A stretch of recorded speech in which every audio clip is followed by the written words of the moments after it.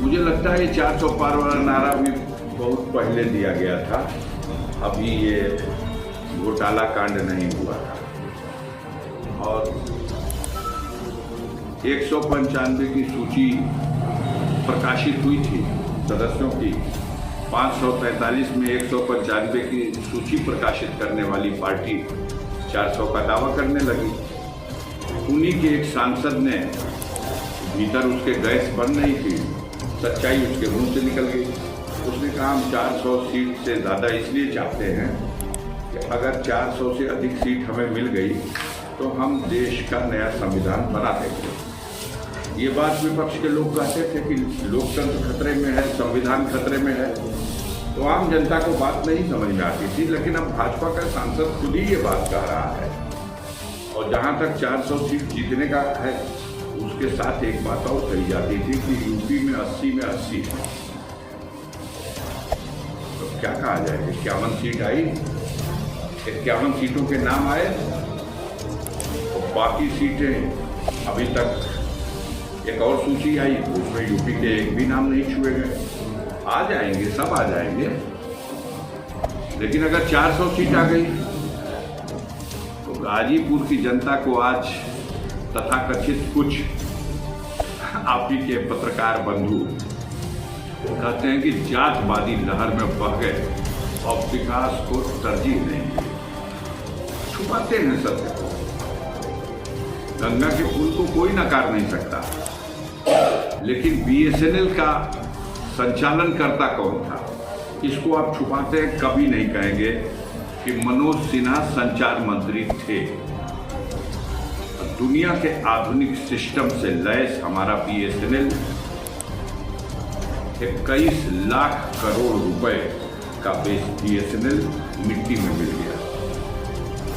21 लाख करोड़, आपने बताया था 20,000 करोड़ का विकास आया। 21 लाख करोड़ का बीएसएनएल मिट्टी में मिला। किस कार्यकाल में मिला? अगर इसकी उपलब्धि को जोड़ दीजिए तो शायद आप अपना शब्द वापस ले लेंगे कि विकास पूर्ण है। आप उस चीज को छुपा देंगे, उस पर चर्चा नहीं आने देंगे। भ्रष्ट कौन है, बेईमान कौन है, गुंडा बदमाश कौन है, आपराधिक इतिहास कितना है, सबका खंगाल देंगे।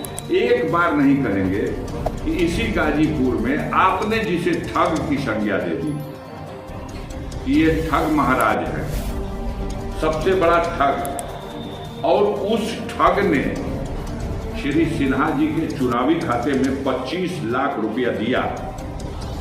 इसकी कोई छानबीन नहीं होगी, इसकी कोई जांच नहीं होगी, इसकी कोई समीक्षा नहीं होगी। 1000, 5000, 10,000, 20,000 का चंदा देने वालों की लिस्ट बैंक से मंगाई गई। अब जाल अंसारी को कौन कौन चंदा दे रहा चुनाव के फंड में, और 25 लाख रुपया चंदा देने वाले को कैसा पचा लिया गया? कोई पूछने वाला है? सिन्हा जी ने एक बयान दे दिया कि भाई हाँ 25 लाख रुपया चंदा तो दिया था संजय सेठपुरिया ने, हम खोज रहे हैं वो कहाँ है, हम उसको वापस करना चाहते हैं। अरे चुनाव के फंड में पैसा आ गया, आप चुनाव लड़ लिए, उसके पैसे से आप उसको वापस करना चाहते हैं। आप उस चर्चा को नहीं चलने देना चाहते, मत चलने दीजिए।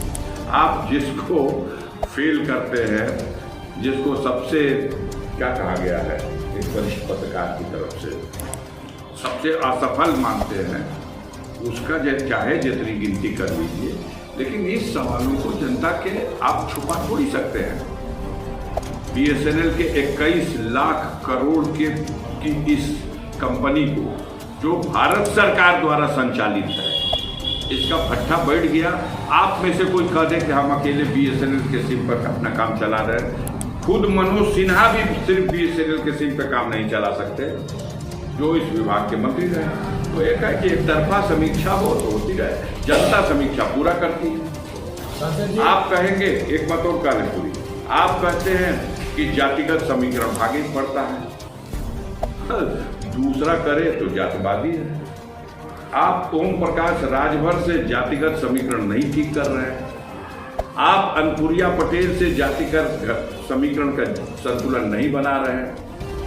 आप जयंत चौधरी, जिनको कहा जाता था कि ये टोटल परिवारवादी जातवादी पार्टी है, चौधरी चरण सिंह, अजीत सिंह और फलाना, आप उनसे समझौता कर लीजिए।